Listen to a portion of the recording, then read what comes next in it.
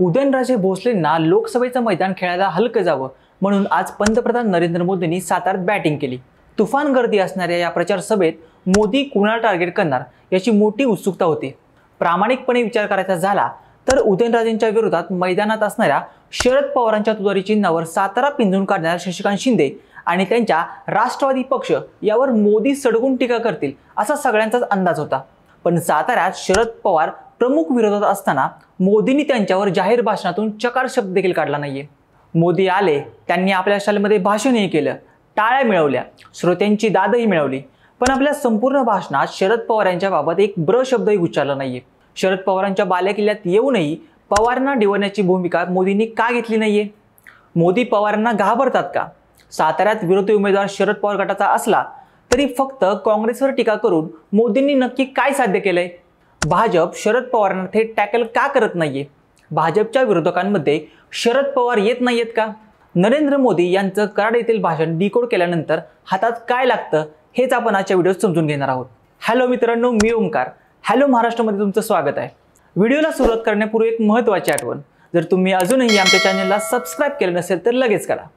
आज नरेंद्र मोदींचं साताऱ्यात भाषण नीट ऐकलं तर तुमच्या लक्षात येईल की आर्टिकल 370 पासून ते महाराष्ट्रातील किल्ल्यांना वर्ल्ड हेरिटेज दर्जा देण्यापर्यंतच्या भाजपने घेतलेल्या अनेक निर्णयांचा गवगवा केला। भाजप 400 पार संविधान बदलण्यासाठीच म्हणतंय।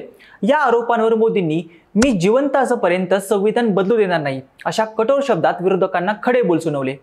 पण इतर ठिकाणी ज्या प्रकारे मोदींनी काँग्रेसला टार्गेट करत आले तीच कॅसेट त्यांनी साताऱ्यात पुन्हा रिपीट केली।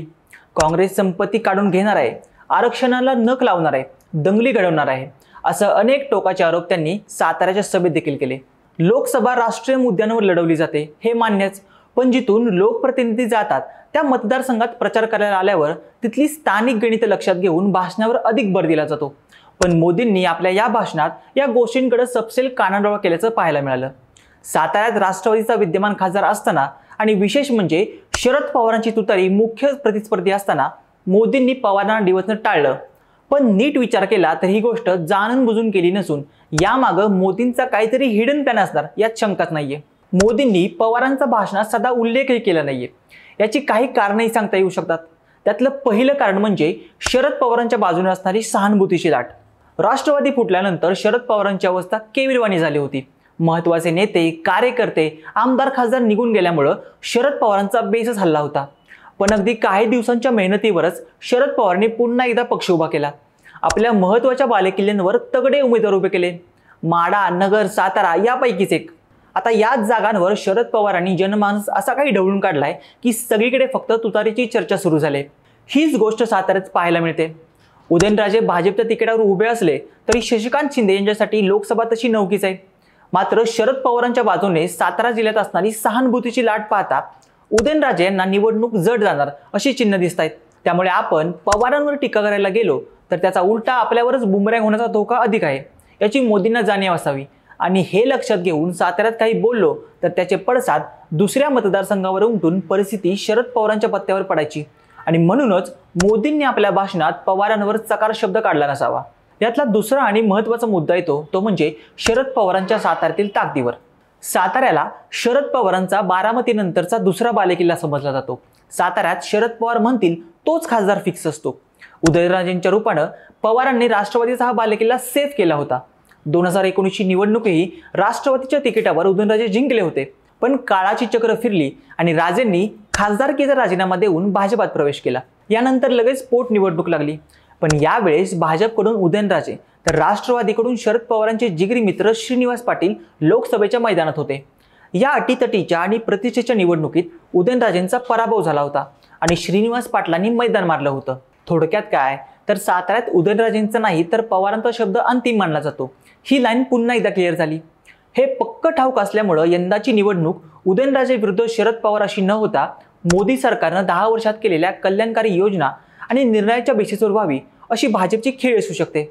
म्हणून पवारांच्या नावाला उगाच हवा देण्यापेक्षा याकडे दुर्लक्ष करण्यात हित आहे असं वाटल्यामुळेच मोदींनी पवारांच्या नावाचा उल्लेख टाळला असावा।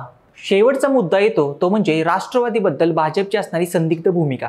नरेंद्र मोदींनी एका जाहीर सभेतून राष्ट्रवादी काँग्रेसला राष्ट्रीय भ्रष्ट पार्टी असं म्हणलं होतं। एवढंच नाही तर अजितदादांवर 70,000 कोटी रुपयांच्या कथित घोटाळ्याचा आरोप होतो, त्याचा उल्लेख करत त्यांना जेलमध्ये टाकण्याचा शब्दही दिला होता. थोडक्यात काय तर भाजपनं राष्ट्रवादी पक्षाबद्दलचं परसेप्शन काही ठीक नव्हतं. पण महाराष्ट्रातील सत्तेचा इनबॅलन्स बघता त्याच अजितदादांना घड्याळ्या चिन्हासोबत आपल्या पक्षासोबत घेण्याची नामुष्की भाजपवर आली होती. तर दुसरीकडे राष्ट्रवादीतील ज्या नेत्यांवर भ्रष्टाचाराचे आरोप करण्यात आले होते ते नेते आता महायुतीसोबत आले आहेत. हा वर्तमानातला इतिहास पाहता शरद पवारांना डिवचणं म्हणजेच आपलीच अडचण वाढवून घेणं असा प्रकार होऊ शकतो. हे मोदींना लक्षात आलं असावं आणि म्हणूनच साताऱ्यात येऊनही त्यांनी शरद पवारांवर चकार शब्द देखील काढला नाहीये.